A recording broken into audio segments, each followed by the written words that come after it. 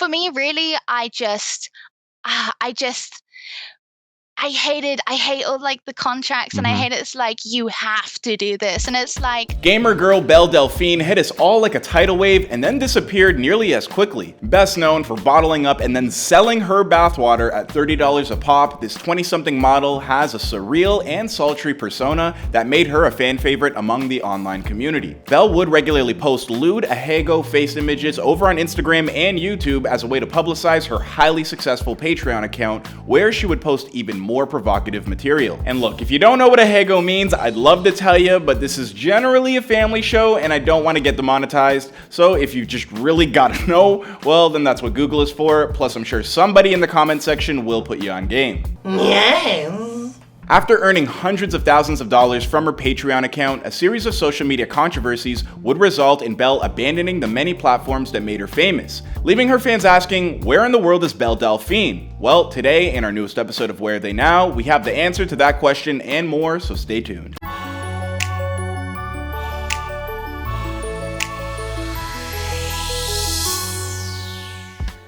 Belle Delphine was born Mary Belle Kitchener on October 23, 1999 in South Africa. Long before she ever amassed a ridiculously large social media following, Belle had a ton of trouble connecting with other people in her real life. In fact, Belle wound up leaving school at the age of just 14, abandoning her education altogether.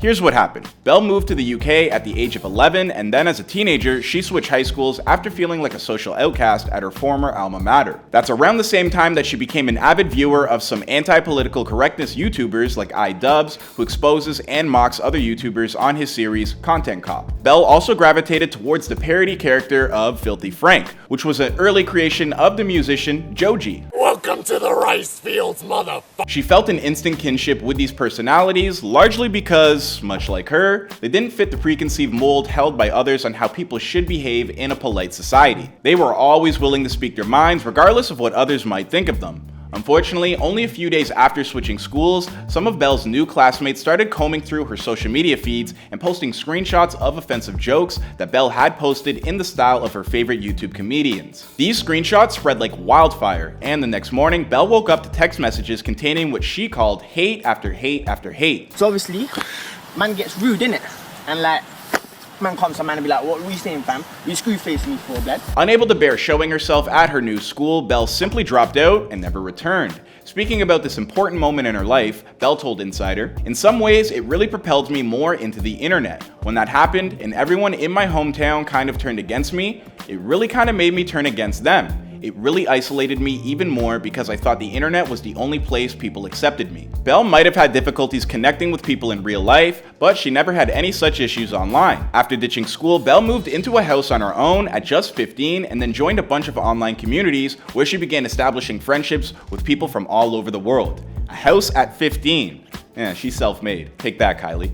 Absolute violation. Early on, she worked a number of odd jobs like waitressing or nannying, while also creating and uploading content to social media sites like YouTube. Her very first upload on that platform was a makeup tutorial that was posted in August of 2016. Meanwhile, over on her Instagram, Belle would regularly post images of herself cosplaying and showing off some very, well, let's just say suggestive faces. Unfortunately for Belle, as popular as she was quickly becoming, she still wasn't exactly able to pay her bills. So she devised a different approach to her content by creating her very own Patreon account titled Belle Delphine is Creating Photos and Lewd Content. There, all of Belle's online fans could unlock some very adult-like content, and within a few months, her Patreon blew up to nearly 2,000 paid subscribers. At that point, Belle realized that she had finally stumbled upon a way to make some very real money by doing exactly what she loved: creating content that rubbed against the boundaries of good taste. You gotta love it. I mean, you don't gotta love it, it's just, you know. Of course, it didn't take YouTube and Instagram long to figure out what was happening, and then Belle had to contend with her accounts being taken down regularly for violating community guidelines on sexually explicit content. Today, Belle has been permanently banned from Instagram, and her Twitter and YouTube accounts are regularly suspended. Back when this first began to happen, Belle leaned into it heavily by creating her own official account on one of the world's most popular adult film websites, the one that I simply like to call The Hub. If you know, you know. I mean, you should know, but anyways. Over there, Belle uploaded a dozen videos with provocative titles like PewDiePie goes all the way inside Belle Delphine. One hell of a title, I know. In most cases, these videos took their titles extremely literally, but not in the way that most people were probably expecting. There's even another clip where Belle picks up a super soaker and squirts water all over the bathroom floor. 10 guesses for what that one's called, but the first 9 do not count. Oh my. Little by little, Belle's stunts kept getting bigger and bigger before they finally culminated in what she's arguably most well known for, selling her own bathwater. In July 2019, Belle Delphine launched the inevitable Belle Delphine store, which included all types of merch like mouse pads, posters, and its most popular item of all, gamer girl bathwater. Yeah, that's where we're at. I love water! And before you even ask, yes, it's exactly what it sounds like. Belle took a bath, bottled up the water, and began selling it to her fans for $30 a pop. What seemed like nothing more than a stunt at first blossomed into a viral internet story. News outlets all over the world picked it up and increased Belle's fame 1,000-fold. But then, just as it seemed that Belle was poised to become one of the biggest influencers in the world, she simply disappeared. I can't make another Instagram because I tried and I got taken down, and I'm not a vlogger. I can't do it. My life isn't that interesting. I can't make skits. I find that, you know, it takes so much time and you have to be so funny off the bat, and I just find that difficult as well.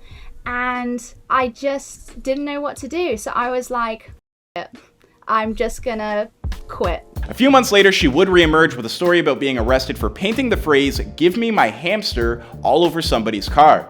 I don't know about you, but this just kind of reminds me of the Eminem song Fact. If you know, you absolutely do know. If you don't, moving on. But as it turns out, this arrest was nothing more than a story that Belle concocted to get her name circulating again after a brief hiatus. She had actually purchased the car herself before vandalizing it and posting the images online to get the false story circulating, on some Jussie Smollett energy. Only a few weeks later, Belle would finally return to social media in June of 2020, dropping a music video on YouTube titled "I'm Back," a play up on 6ix9ine's Gooba music video. As it would turn out, however, all of this was simply a means to hype up her brand new OnlyFans account, which quickly became the only social media platform where Belle's fans could find new material. And for good reason too. As hard as it may be to believe, Belle Delphine reportedly earns around $1.2 million a month from her OnlyFans account, which is truly just a staggering amount of money. Let us know if you want a rich life on this woman. When asked what she thinks about the idea of people now considering her to be an adult actress, she told Insider, "I think being a sex worker and doing these things can be healthy, but I think it has to come from you. I did it because I've always been a sexual person, and I've been sexually open throughout my whole life. This is something I wanted to do, and I like doing it." As for whether or not Belle will try her hands at anything else, well, I'd bet on it. During an interview with The Guardian in 2019, she told them,